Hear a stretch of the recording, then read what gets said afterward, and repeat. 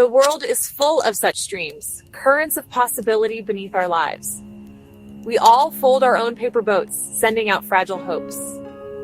Sometimes, a wish travels farther than we imagine, landing in the hands of someone who understands. In that moment, a connection is forged. A loaf of bread, a shared smile, a silent toast. This is how communities are healed. Small wishes, quiet ripples. We don't need grand gestures, just the courage to send out our hopes and the grace to answer others. The journey of a single paper boat can remind us of the bonds waiting to be rediscovered. The most important connections are often the quietest. Sometimes, the smallest journeys bring us back together. The neighborhood became a tapestry, woven from countless small acts. The stream was the thread connecting them all. Paper boats, gifts, glances, and silent moments formed the pattern. The silence between people became comfort, not distance. They learned to listen with their hearts, to speak in gestures. The fleeting moments, a smile, a heron by the water, a gift left on the bridge, became precious. The magic was in the mundane, the sacred in the simple. The boats now felt like celebrations, not pleas. They reminded everyone how it began. A small wish sent out, changing everything. The stream was no longer just water, it was the heart of their community. Together, they had learned to answer each other's quiet hopes. Aaron watched the transformation from his place by the water. He saw Mr. Henderson leave apples, then accept a slice of cake. He saw the new neighbor and Alara share a quiet conversation. His own loneliness faded, replaced by belonging. His rituals became acts of gratitude, not sadness. Aaron realized his small act had planted a seed of kindness. The stream had carried his hope and returned it multiplied. One evening, he saw Alara on her porch. She raised her teacup in a silent toast. Aaron bowed his head in reply. In that quiet exchange, the story was complete. His wish had come back, not as a single gift, but as lasting friendship. The circle was closed, the current unbroken. The stream became a destination. People walked its banks, leaving offerings on the bridge, scarves, books, wooden animals, wind chimes. The silence was full of meaning, a space for presence without words. Seasons changed, and so did the rituals, pumpkins in autumn, lanterns in winter. The stream, even frozen, remained the heart of the neighborhood. Aaron still launched his boats, but now he saw others, different shapes and colors, floating by. He was part of a larger conversation, a river of quiet offerings. The bridge became an altar of neighborly affection. The rituals were small, but powerful. The community grew closer, bound by silent gestures. The stream connected them all, a web of support and grace. The paper boats were no longer just his, they belonged to everyone. The current carried their hopes together.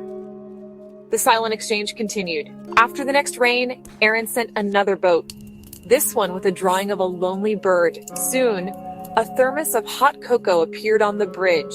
Aaron left small gifts in return. A smooth stone, a bright leaf, a wobbly thank you drawing. Others noticed the quiet commerce at the bridge. Mr. Henderson, usually silent, left apples from his tree. A new neighbor added wildflowers. The paper boats became invitations, not just wishes.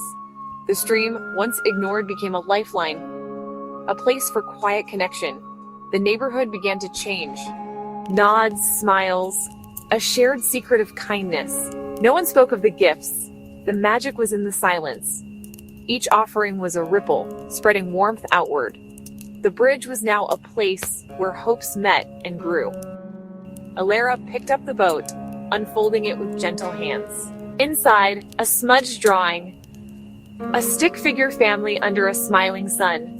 She recognized the wish for warmth and connection. Looking upstream, she felt the ache of loneliness and the comfort of being seen. The next morning, Alara followed the creek, carrying a small cloth-wrapped bundle. At the old footbridge, she left a warm loaf of bread, a silent reply to a silent wish. She didn't wait to see who would find it. That afternoon, Aaron discovered the bundle. The bread was still warm, its scent filling the air. He didn't know who had left it, but it felt like magic, an answer from the stream. He broke off a piece, comforted by the unexpected kindness. The world was quiet, but Aaron felt hope bloom inside him. His wishes were not lost. They were being heard. The stream had become a messenger, carrying hope both ways. Aaron looked around, sensing a new connection. The ritual had changed. He was no longer alone. That evening, as the sky deepened, one boat sailed differently. It moved with purpose, avoiding obstacles as if guided by an unseen hand. Aaron watched it pass the willow tree and glide under the old footbridge, shrinking to a speck before vanishing. The boat journeyed beyond Aaron's world, past unfamiliar backyards and sleeping houses. The stream widened, its voice deepening as the boat drifted on, carrying its wish into the night. Downstream, an old woman named Alara sat on her porch, listening to the creek. A flicker of white caught her eye. A paper boat, bobbing gently to rest against a mossy stone. Curiosity stirred in her. She hadn't seen such a thing in years. She set down her tea and made her way to the water's edge. The boat was fragile, soaked, but unmistakably crafted with care. Alara felt the echo of a wish in its folds. She wondered who had sent it and what hope it carried. The boat had found a new shore, and its journey was not yet over. This was Aaron's ritual after every rain, a secret between himself, the sky, and the water. His wishes were simple: for his mother's tiredness to ease, for the silence at home to feel lighter, for a friend. Each boat was a different wish, folded from old notebook pages or scraps of wrapping paper. He would launch them one by one, watching as they braved the stream's currents.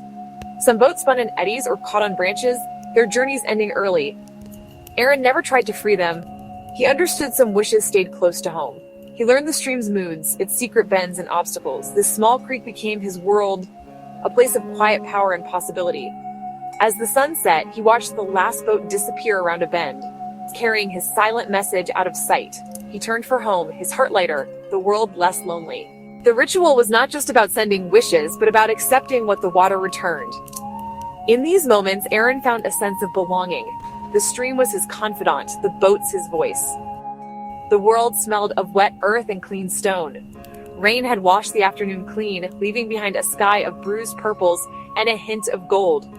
From a small window, Aaron watched the last drops trace down the glass. In his hands, a single sheet of paper full of possibility. He sat on the floor, folding the paper with careful, practiced hands. Each crease was a quiet wish, a hope given shape. He finished the boat, a simple white triangle, and carried it outside. The street was empty, the world hushed after rain. Aaron walked to the overgrown creek at the edge of the neighborhood. The water, swollen with rain, rushed over dark stones. He knelt, holding the boat above the current for a moment. With a gentle push, he released it. The boat steadied itself and began its journey downstream, a tiny white messenger on a dark ribbon of water.